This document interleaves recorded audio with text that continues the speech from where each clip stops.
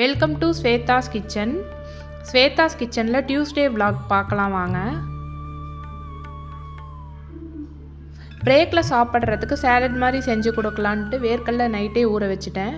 இது குக்கரில் சேர்த்து கொஞ்சம் உப்பு சேர்த்து 2 விசில் கொடுத்தா நல்லாவே வெந்துடுது வேர்க்கடலை.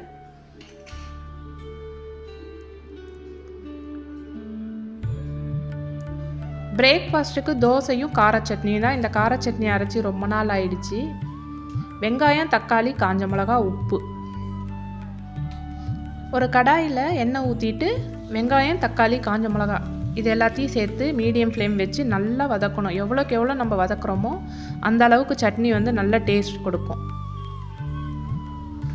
தேவைப்பட்டால் கொஞ்சம் தேங்காய் துருவலும் சேர்த்துக்கலாம். அதில் கொஞ்சம் கடலைப்பருப்பையும் வறுத்து சேர்த்துக்கலாம். நான் இன்றைக்கி ப்ளைனாக தான் அரைச்சிருந்தேன்.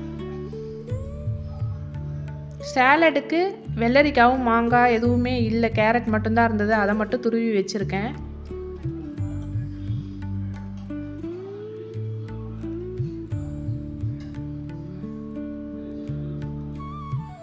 பாக்ஸில் வேர்க்கடலையோட துருவின கேரட்டை மேலே தூவி அப்படி தான் கொடுத்து அனுப்பிச்சிருந்தேன். அதுவும் நல்லா தான் இருந்தது.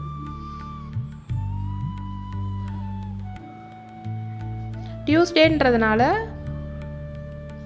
பூஜை பண்ணணும்.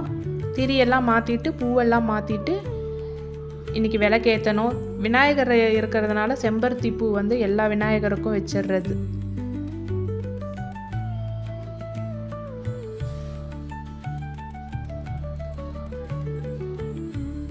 சீக்கிரமே பிரேக்ஃபாஸ்ட் வேலை முடிஞ்சிருச்சு.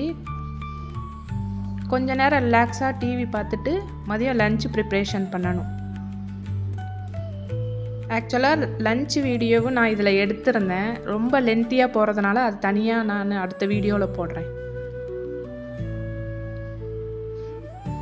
லஞ்சுக்கு காரக்குழம்பும் கீரை கூட்டும் தான் செஞ்சுருந்தேன். இந்த வீடியோவை நான் நெக்ஸ்ட் வீடியோவில் போடுறேன்.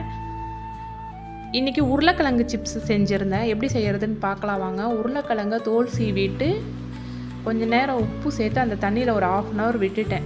அதுக்கப்புறம் அலசி எடுத்துகிட்டு ஒரு துணியில் நல்லா தண்ணி இல்லாமல் நல்லா ட்ரையாக காய வச்சு எடுத்துக்கணும். அதுக்கப்புறம் எண்ணெய் காஞ்சதும் ஒன்று ஒன்றா போட்டு மீடியம் ஃப்ளேம் வச்சு பொரிச்சு எடுக்கணும். தண்ணியே இருக்கக்கூடாது, நல்லா ட்ரையாக இருக்கணும். இடையில கொஞ்ச நேரம் திருப்பி விடணும். இப்போ உருளைக்கிழங்கு சிப்ஸ் ரெடி. ரொம்பவே நல்லா இருந்தது. எடுத்துட்டு கொஞ்ச நேரம் ஆற வச்சுட்டு தேவையான அளவு உப்பு, மிளகாத்தூள் இதெல்லாம் சேர்த்து நம்ம குலுக்கி விட்டால் சிப்ஸ் ரெடி. அடுத்த வீடியோவில் பார்க்கலாம். தேங்க்யூ.